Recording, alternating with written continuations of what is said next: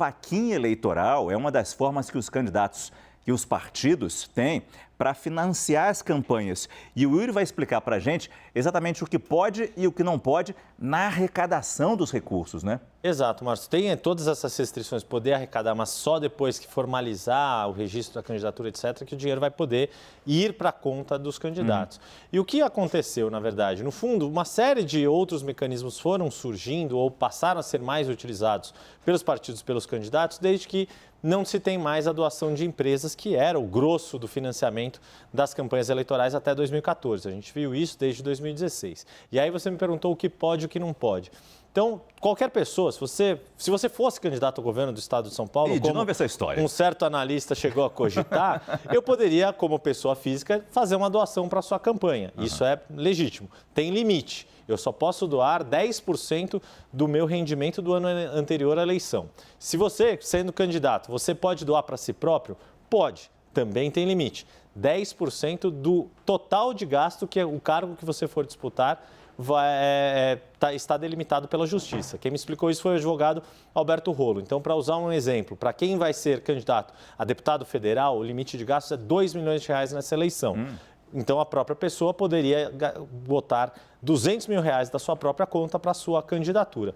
Mas o grande ponto, e a gente sabe disso, o que virou o grosso do financiamento nas campanhas são os fundos públicos, tanto o fundo partidário, mas principalmente o fundo eleitoral, que foi substituído foi criado para substituir a ausência das doações empresariais e que neste ano chega aí perto de R$5 bilhões. É o que os partidos, os candidatos mais vão utilizar mesmo. E rapidamente, com tanto dinheiro do fundo público, por que é preciso o fundo privado? Na verdade, é uma pergunta difícil, desculpa. Na verdade, não é menos por uma questão de necessidade e até por uma questão de adesão. Faz parte do exercício da democracia o cidadão poder demonstrar o seu apoio, inclusive de forma financeira, para o seu candidato, desde que respeitados esses limites da lei. E no fundo, Márcio, o que a gente via é que a doação de empresas, conforme a decisão do STF, distorcia o processo eleitoral. Sim. A partir da doação de pessoas privadas, a pessoa, o eleitor, fazendo o exercício da democracia também por meio de recursos. É uma questão delicada que envolve quase que paixão de torcida de um lado ou de outro. E é difícil discutir isso em pouco tempo. Vai ter gente discutindo se é adequado ter dinheiro público ou não, mas no fundo, alguma forma de financiamento a democracia precisa também. Obrigado, Yuri Pita.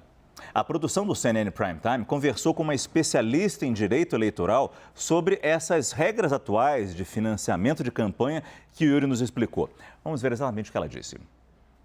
A proibição de doação de pessoas jurídicas, ela tem alguns problemas. Assim. O primeiro é que ela colocou no mesmo grupo todas as formas de doação, estimadas ou em dinheiro, e colocou também no mesmo pacote todas as pessoas jurídicas. Então, uma organização sem fins lucrativos, que tem como foco principal a construção e a defesa de pautas democráticas, tem as mesmas proibições de participação na campanha do que uma multinacional.